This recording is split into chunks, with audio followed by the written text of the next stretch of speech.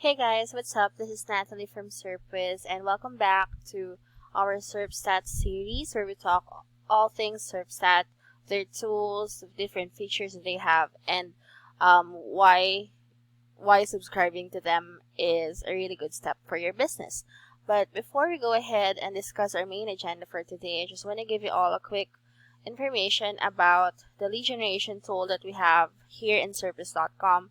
So as you can see here is our landing page, and if you want to get or this lead generation tool is actually used to get free SEO audits for your website. So if you want to get that, or if you want to take advantage of that, just sign up on using this short form here, then click get your free audit, and then afterwards you can also get a free guide showing you how awesome Serpstat is, because it generates agencies an additional $3,437 per month using autopilot. So all you have to do is give your first name and email, and then click on the find out how button so that you can get started. So having said that, let's go over back to Serpstat and see if you're here prior to this video. I've promised that I will be making another part for the SEO research, and today's video is exactly that. So as you can see, we'll be talking about domain versus domain under SEO research, which is also under domain analysis. So here in domain versus domain, we'll be using Serpstat.com, of course, and then you can get you can enter 2 or 3 domains for analyzing. So of course the main domain would be Serpstat, because this will be the base comparison, and then you can add 2 competitors so that you can analyze the differences and the similarities between you and your rivals. So you can actually get a competitor here. Let's see what we can, anything that is,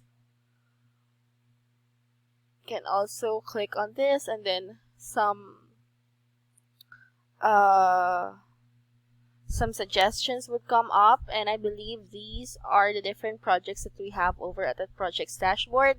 So you can select one of those, or you can also select one from the suggested competitors that Serpstat has for you. So here, let's just try to get the site to SEO.com. So you can select another one, but for me, I'm just going to stick with this one so that we can clearly see the difference between them.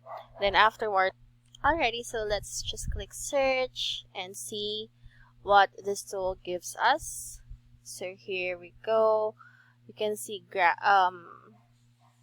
results here for Serpstat.com and assigned to SEO.com.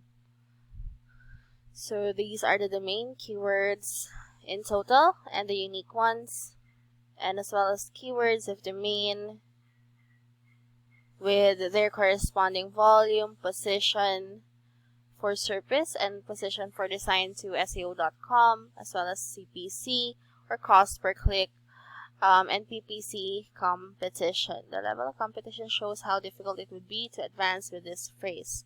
So that is what you'd get if you utilize the domain versus domain feature under SEO research for domain analysis.